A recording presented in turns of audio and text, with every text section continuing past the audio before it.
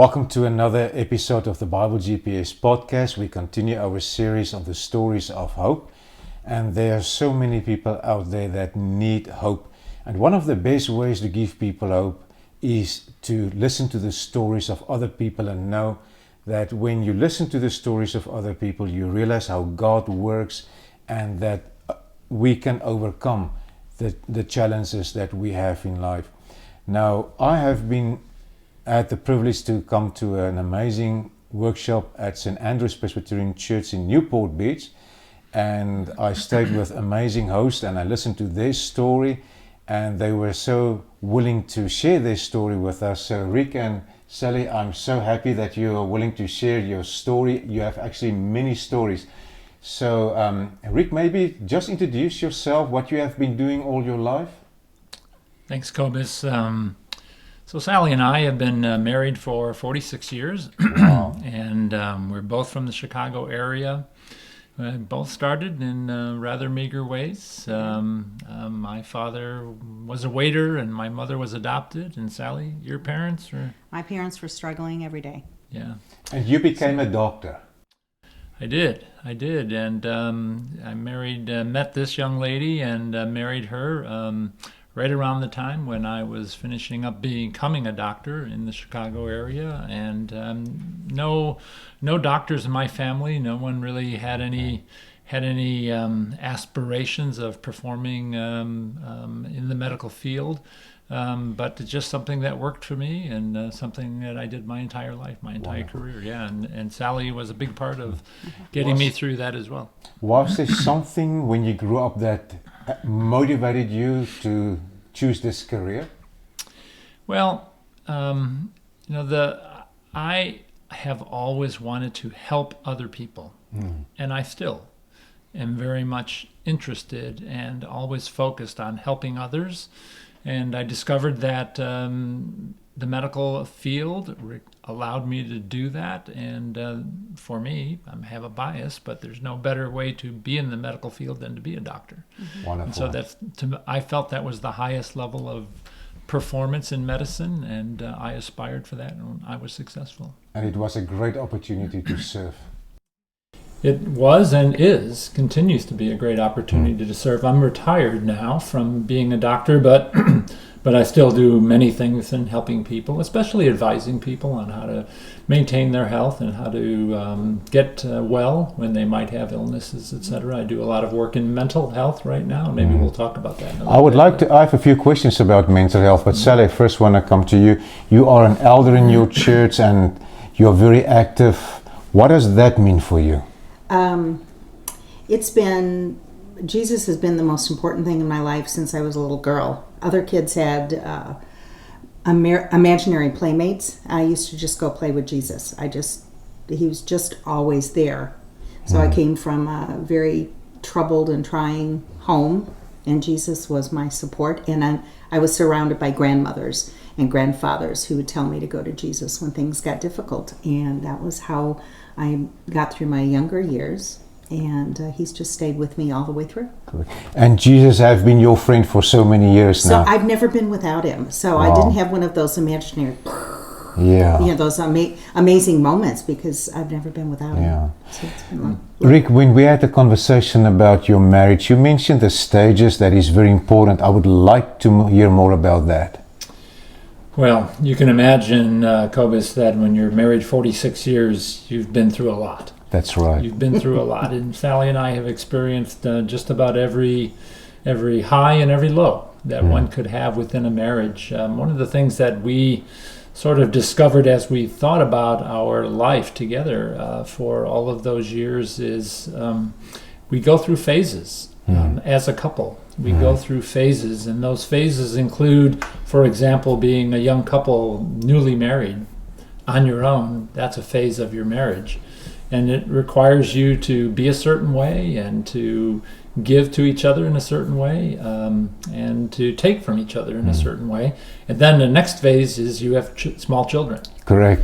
And you have to become different people. You are different people when you are and you are a different couple, and you are different individuals when you are parenting young children. And what challenge brings that for you as an individual going through these phases?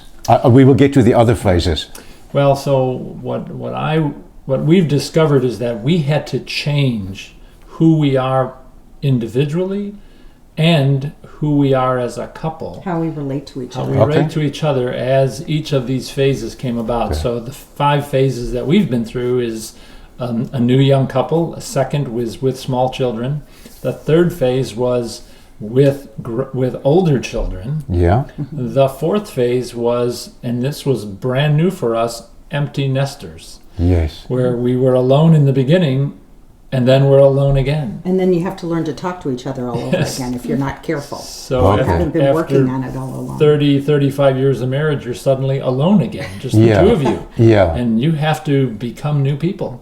And then we're in the phase right now of grandparenting.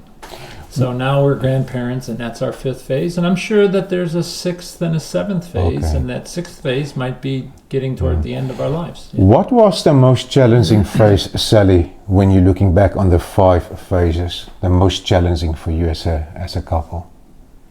I think it was at about 20 years. 20 years in, when we discovered we didn't really know each other anymore. Yeah. That we had been on these very successful parallel tracks, and we'd become roommates, Okay. and instead of a loving couple. And how did you overcome that? Well, we did counseling. We spent a lot of time with God, and we started dating each other again and figuring out who we were again and what we still loved about each other. Do you still date? Oh, We definitely date. Yeah. Please share more about that. We intentionally do things in which we are sharing, whether it be going out to dinner, which we love to do, or whether it be going to a show, or whether it be even just sitting at home doing trivial things, but we're doing it together and we're sharing. Intentionally. We're sharing, and that's what dating is when you are doing something together and sharing that experience together as opposed to apart. You could be sitting right next to each other in the same room, sitting next to each other, Yeah. and you are not sharing. Yeah. That's not dating. And so You being mentioned very intentional. Thank you. In your 46 years, you went through ups and lows, and you had a very significant experience. You know, I think it was in your 20s years of marriage. Can you maybe share a little bit of about that? Yeah, let me speak to it if I might, Sally. Yeah. So we had the unfortunate event, an event that no parent ever wants to experience, which is the death of a child. So our eldest son was killed when he was 21 years old. Sure. And it was an unfortunate accident that happened. We had the dreaded knock on the door in the middle of the night from Wow. a policeman Sure. who was there to tell us that our son had died. And he was not at home and we weren't there. So he was in another state from where we were. Yeah. That was, as you can imagine, as difficult as anything could possibly be on a person, a parent, Yeah. and as a couple. But we had some preparation for the trauma and the grief. And what was that preparation, Rick? I would say it was 2 things. I'll speak for myself only now. 2 Okay. things. One is we had some marital issues a few years before that we had to work through, and we became closer. We learned how to relate to each other during difficult times. That's the time when Sally was talking about that, 20 years out. Yes. And we talk to a lot of other couples today, and we warn them about what can happen at 20 years. Things just can happen there. One of them being, by the way, that successful men, I'll just speak to men, and I have a lot of covenant group brothers and friends and people. Successful men become very power-centric. They believe they control their lives, and I was no exception. And so we worked through that. It was a time of difficulty. Our son then died just a few years after we had worked through that difficulty. Okay. One other thing happened, which was while Sally had a friend in Jesus her whole life, I never knew Jesus until I was 42 years old. Wow. And I was raised Catholic, and I went to church, and I did things religious with my children. but I did not have a relationship with God. So your And I religion. didn't know it was a relationship. And so now I had a relationship, and during our difficult marriage times, I developed a relationship with Jesus. And by the way, it's a long story that we don't need to get into, but it just came to me one day for some reason. Wow, amazing. It was a blessing put upon me. Yes. So now here we are both trusting in Jesus, and our son's life was taken from this earth and from us. And that's how we got through. We got through because we knew how to relate to each other. We knew it was going to be very difficult, and we both were strong believers and trusted in God and trusted in Jesus. So Sally, he actually got to have that relationship with Jesus at age 42. Since you were young, you had that close relationship with Jesus. What happened with that relationship when you heard your son was killed? Well, there were a combination of really pivotal moments for us, or for me. One is I really did a deep dive. You know, if I'm going to believe my son's in heaven, which I did because he did have a beautiful relationship with God. But I wanted to know, what does the Bible really say about God? What does he really say about heaven? What does he promise us? And so part of my healing during that time was a deep dive to make sure that I really knew what I believed. And I found nothing but comfort in it. And then I could also look back over my relationship with my son and conversations I had with him within the year before he had died that really showed me that Jesus had been working, I knew he believed, but really had been working in his life in the way God really showed me that there were mercies in his death. He would have been a quadriplegic. There were mercies in his death because Keith and I had conversations about how he dreamed his life would be. Wow. And then another pivotal part was that Keith was taken by, his life was taken by an 18-year-old drunk driver. And in the state of Ohio, he would have gone to prison for the death unless the immediate family asks for mercy. And not press charges. Yes. So our used son Keith was killed by a drunk driver. We chose to not press charges because this young man who was involved with the death of our son, he suffered a death himself, even though he lived. So you've given amazing grace to him. We did. Did you hear anything back from him following that? Yes. So I got to hug him and hold him, and he called Rick. Wow. And said thank you, and it was just hard because we were watching him die, so to speak, because of the choice he made to drink, the accident, the death, and now the state insisting that he do hard time unless we requested them not to charge him. And it was difficult in a way, but not really. But when we were asked by the district attorney in Ohio, do we want to press charges, and he implied that we should, we responded instantly, no. I mean, what if the situation had been reversed? He does not. What if our son caused the accident? What would we have wanted for him? Absolutely. Wow. So there was no other way to go. My comment to the DA was, he does not need to suffer anymore. Wow. I must say, shivers is going up and down my spine now, because you've given someone hope and new life, a new future. This is amazing.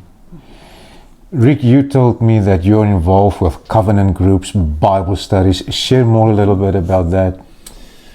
Well, one of the things, I retired from full-time work about 3 years ago now, and I'm quite busy doing lots of things. One of the things that I enjoy from the time that I have now, and I have more time, I just do.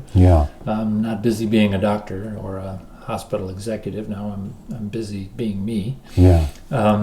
Is spending time with a covenant group. So I have a group of 7 men that we have been together, sharing our spirituality, sharing our lives, sharing scripture.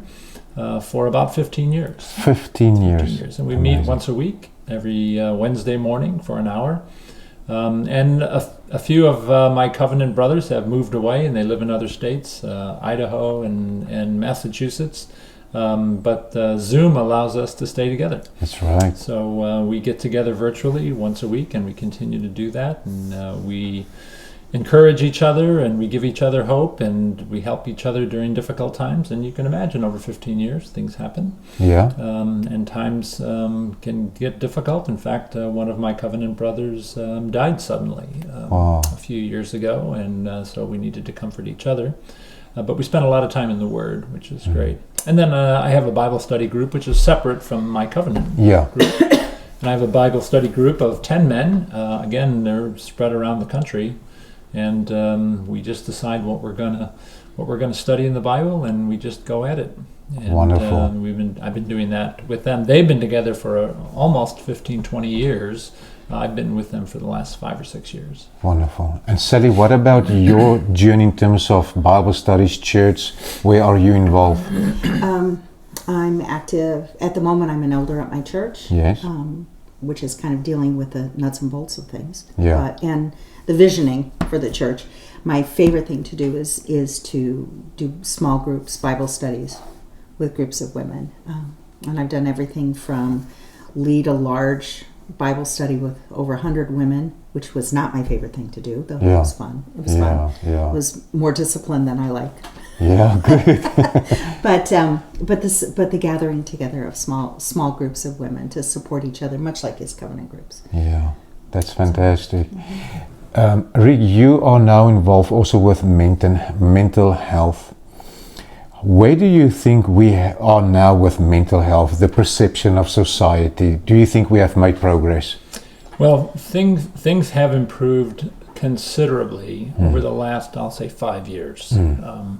The bias of mental illness and the bias of substance use disorders as being something that's optional or a choice or some kind of personality weakness or some sort of defect in our thinking and our behavior. It's not that. Mental illness and substance use disorders, and again, remember, I'm a doctor, so I'm always going to think that way. Yeah. Those are physical illnesses. I like to call them brain diseases. And so just like somebody would have diabetes, or someone would have cancer, or someone would have heart disease, when you have mental illness or substance use disorders, addiction, those conditions can be treated and should be treated. But many people decide that they, or their families decide that it shouldn't be known, it should be hidden.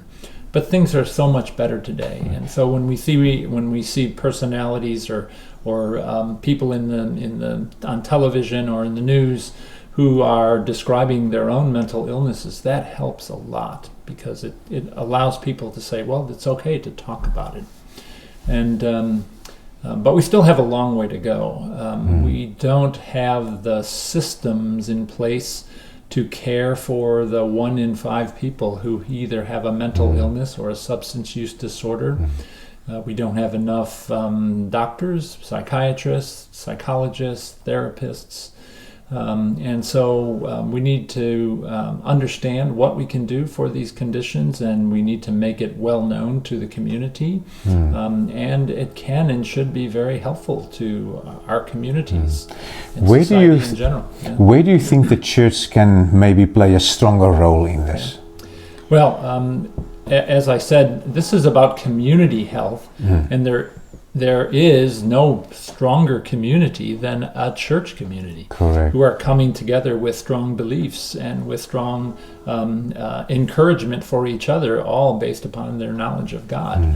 And so churches are excellent places to begin the understanding of the value of coming together for purposes of improving one's health, and in this case, mental health, which is about treating physical illness and then also providing the psychological, the mental, and the spiritual health that is necessary in order to bring people up to their highest level of performance, to their highest level of achievement as an individual.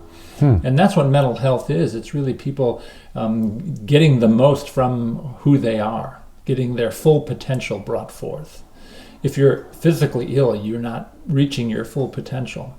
If you're mentally ill, you're also not reaching your full potential.